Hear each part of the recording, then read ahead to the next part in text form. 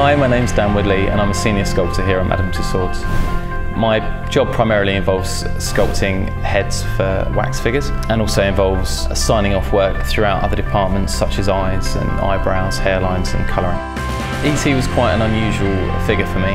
As you can imagine, he's quite different to most of the figures that we sculpt here. The main challenge, I think, was the fact that in essence I'm sculpting something that another artist has sculpted as opposed to sculpting a real person. Normally when you sculpt a person, you're interpreting them in your own way. In this case, I'm actually interpreting the work of another artist. Obviously I wanted to stay as faithful as possible to Carlo Rambaldi's original work and try and capture the essence of the creature that he created.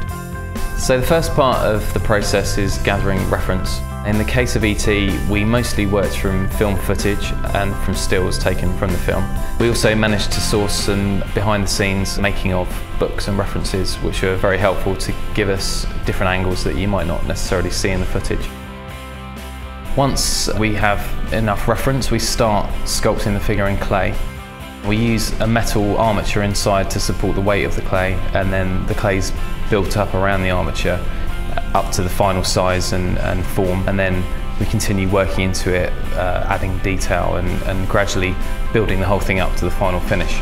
During this process we have quite a lot of critiques, which just enables us to make sure that we're on track and that we're not straying away from the subject.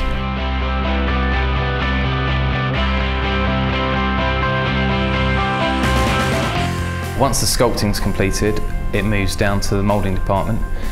This figure was moulded in silicone, rubber and fiberglass, and then the final product's cast up, which then needs to be cleaned up, mould lines removed.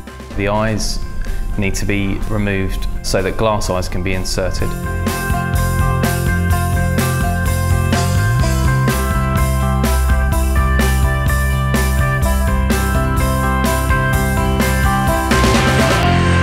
Once the figure's left the moulding department, it moves through to the colouring department and is coloured using oil paints which are built up in layers to give a translucent skin-like effect.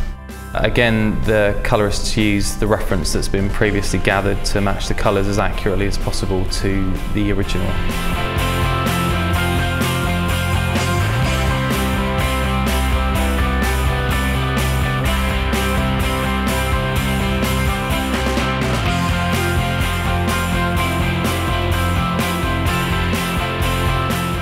Once the head's been coloured, the eyes are inserted. These are glass eyes which are made to the same standard as normal human-sized glass eyes, but in the case of ET they're much, much bigger. This is a normal human eye, and this is the size of one of ET's eyes. As you can see, there's quite a difference. Up until this point, the head and the body are separate elements, but now the head's completed, these parts are brought together and assembled.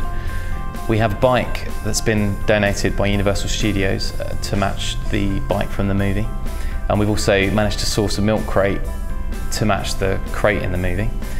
So at this stage ET will be assembled inside the crate, which will be mounted on the bike and covered in the blanket in the same way you see in the film.